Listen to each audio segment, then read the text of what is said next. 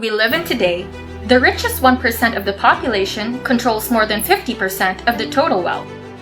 And the top 80 richest individuals are worth as much as half the world's population, or roughly 4 billion people. Welcome to Modern Wealth, and keep watching until the end for a little bonus fact. When considering these large figures, there is no doubt in our minds that there is a separation between the rich and the poor. While many people assume these wealthy individuals gained their wealth by being born into wealth or winning the lottery, that simply isn't true. In fact, only 11 out of the 80 richest individuals were passed down their fortunes, and one of these other 69 individuals is none other than the investor mogul himself, Warren Buffett. Like the majority of these rich individuals, Warren Buffett grew up in a middle-class family, but found a way to amass the knowledge and skills that would eventually lead him to accumulate a wealth of over $70 billion. Undoubtedly, we have all seen people living in excess with others living with next to nothing. But have you ever taken a second to think about what truly separates the rich from the poor? Sure, the obvious answer is that the rich have significantly more money than the poor. But I'm talking about the reasons that go beyond the dollars and cents. When you think about it, a rich and a poor person can live in the same city, have access to the same jobs, and both only have 24 hours in the day. Yet one can be living paycheck to paycheck, while the other can have more money than they could spend in an entire lifetime. So what really makes the difference between someone who will amass billions of dollars in their lifetime and someone who will struggle financially forever? To give you an example, let's look at our good pals, Dave, who is rich, and Mike, who is poor. Before we begin, you should know that both Dave and Mike have similar IQs, come from middle-class families, and live in the same city. In short, neither man has any advantage over the other. However, their bank accounts are at the total opposite ends of the money spectrum. So let's start off with Monday afternoon when both Dave and Mike commute home from work. When Mike gets home, he goes over to his couch, turns on Netflix, and binge watches hours of mindless TV to numb himself from the long workday he had. While Mike's boss recommended that he should read more books in order to increase his chances of getting promoted this year. Mike can't be bothered to read, especially now that a new season of his favorite show has come out. Now, when Dave arrives home, he immediately logs into his computer to start studying. Hours pass as Dave reviews his notes for his upcoming exam. While Dave already has a master's degree and multiple designations, he continues to put in a few hours every night to work towards another accreditation, which will help him scale the corporate ladder fast. In fact, Dave recently learned that one of his idols, Dan Lok, invests over $500,000 a year into continuous learning. Dave figures that if millionaires are investing that much time and money into learning new things, then he should definitely do the same. Therefore, difference number one between the rich and the poor is that the rich never stop learning. At work the next day, Mike's boss begins handing out bonuses to all of the employees. As Mike opens up his envelope, he sees that he's gotten a $100 bonus, much less than all of his peers. Mike goes up to his boss and complains, saying that he's been at the company for 10 years and this is the most embarrassing bonus he's ever received. His boss goes on to point out that Mike never stays late to help his team and that his productivity has dropped every year since he started. Across town, Dave is plowing through his current project at work when his boss approaches him. His boss hands him an envelope, and as he opens it, he sees in front of him a $10,000 check in his name. Dave is stunned and very appreciative of the generous bonus.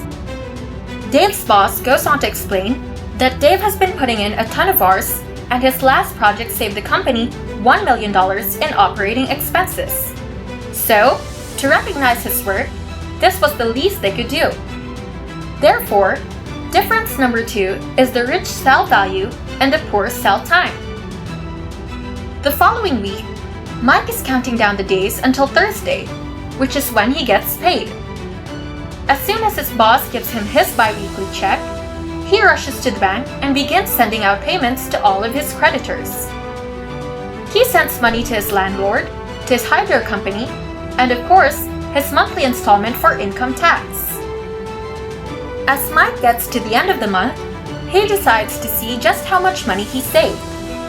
As he opens his balance, he realizes that not only did he not save any money, but that his account was lower than it was a month prior. Mike has no idea where all the money could have gone.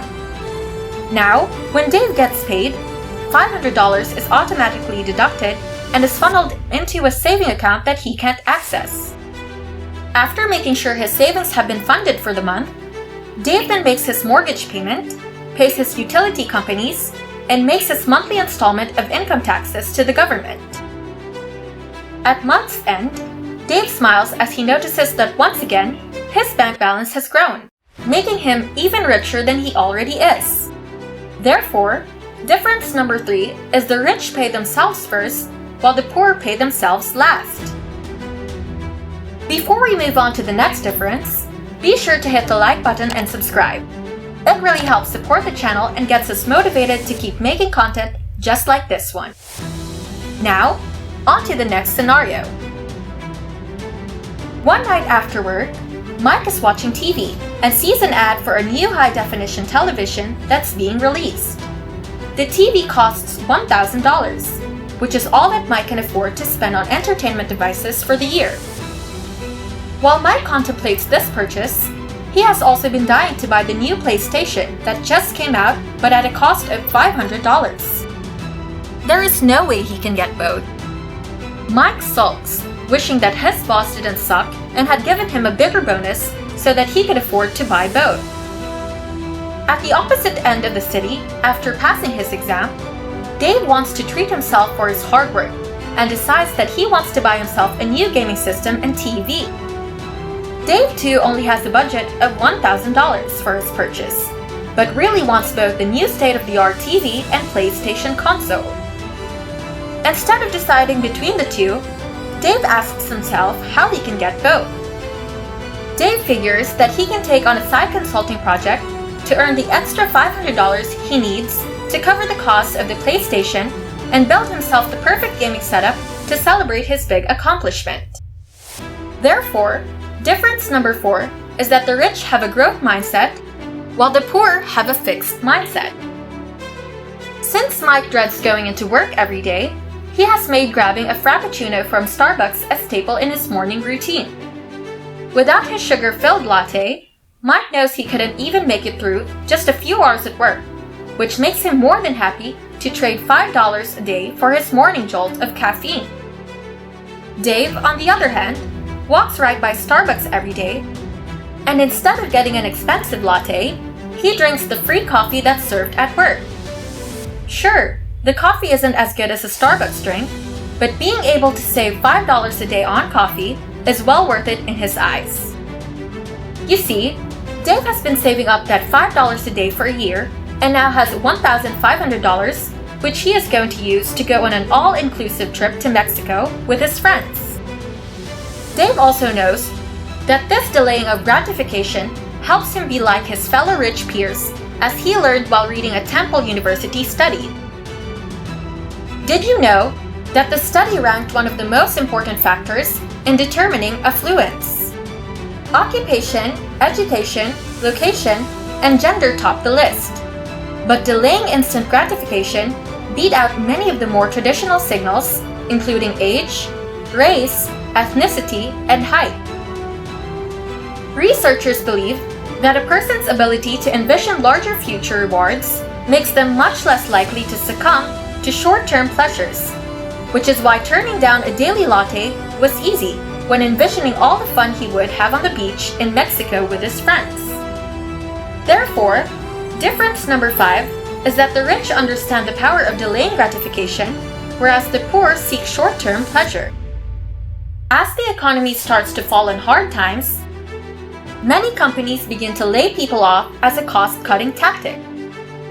As Mike is sitting at his desk one afternoon, scrolling through Facebook and doing the bare minimum to keep his job, he gets a note from his boss. The message says, "Please hand in your laptop and badge at the front desk. We are letting you go." Mike begins to freak out, wondering how he will pay his rent and bills now that his sole source of income is gone. Mike always believed that being an employee meant having job security, and after getting fired, he began to wonder if what he believed in for so long was actually wrong. Unfortunately, for Dave, he too is let go by his boss. In an exit interview, Dave's boss talks for an hour about how great of a worker he is, and how he had to let go of all other employees before finally letting Dave go. Dave graciously accepted his fate and thanked his boss for the opportunity and reassured him that he would be fine financially. You see, Dave knew that no job is secure, which is why as soon as he entered the workforce, he began building an online business and contributed to a dividend stock portfolio, which is now established enough to keep him afloat until he finds another job. Therefore, difference number 6 is that the rich build several streams of income while the poor rely on only one. Now that we've gotten through 6 of the biggest differences, I'd love to hear your thoughts. Is there something we might have missed out on? Or perhaps you wanted to add to our discussion? Before we get into the final difference, make sure to comment down below. Now, let's get on with the video.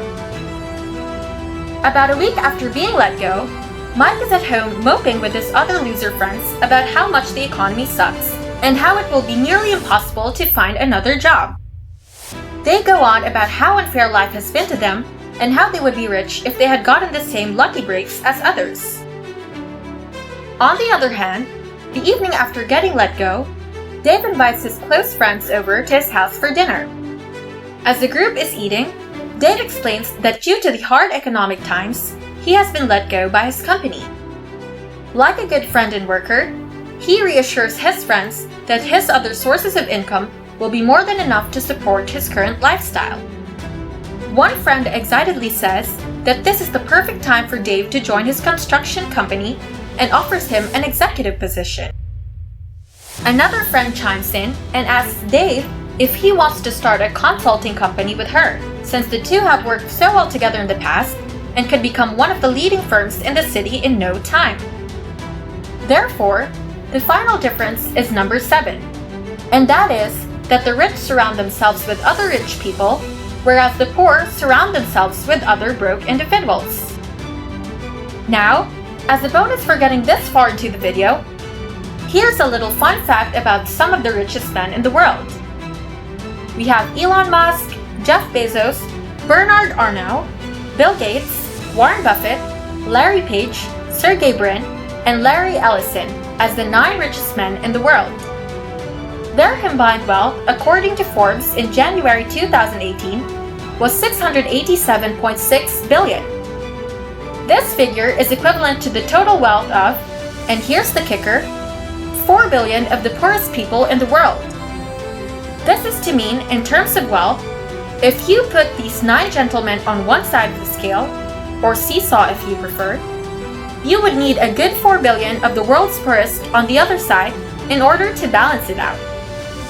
To summarize, the differences that separate the rich from the poor are that the rich never stop learning, they sell value, not time, they pay themselves first, they have a growth mindset, not a fixed one, they harness the power of delaying gratification, they build multiple streams of income, and finally, they surround themselves with other rich individuals.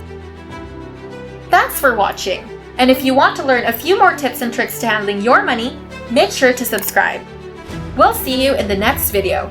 Cheers!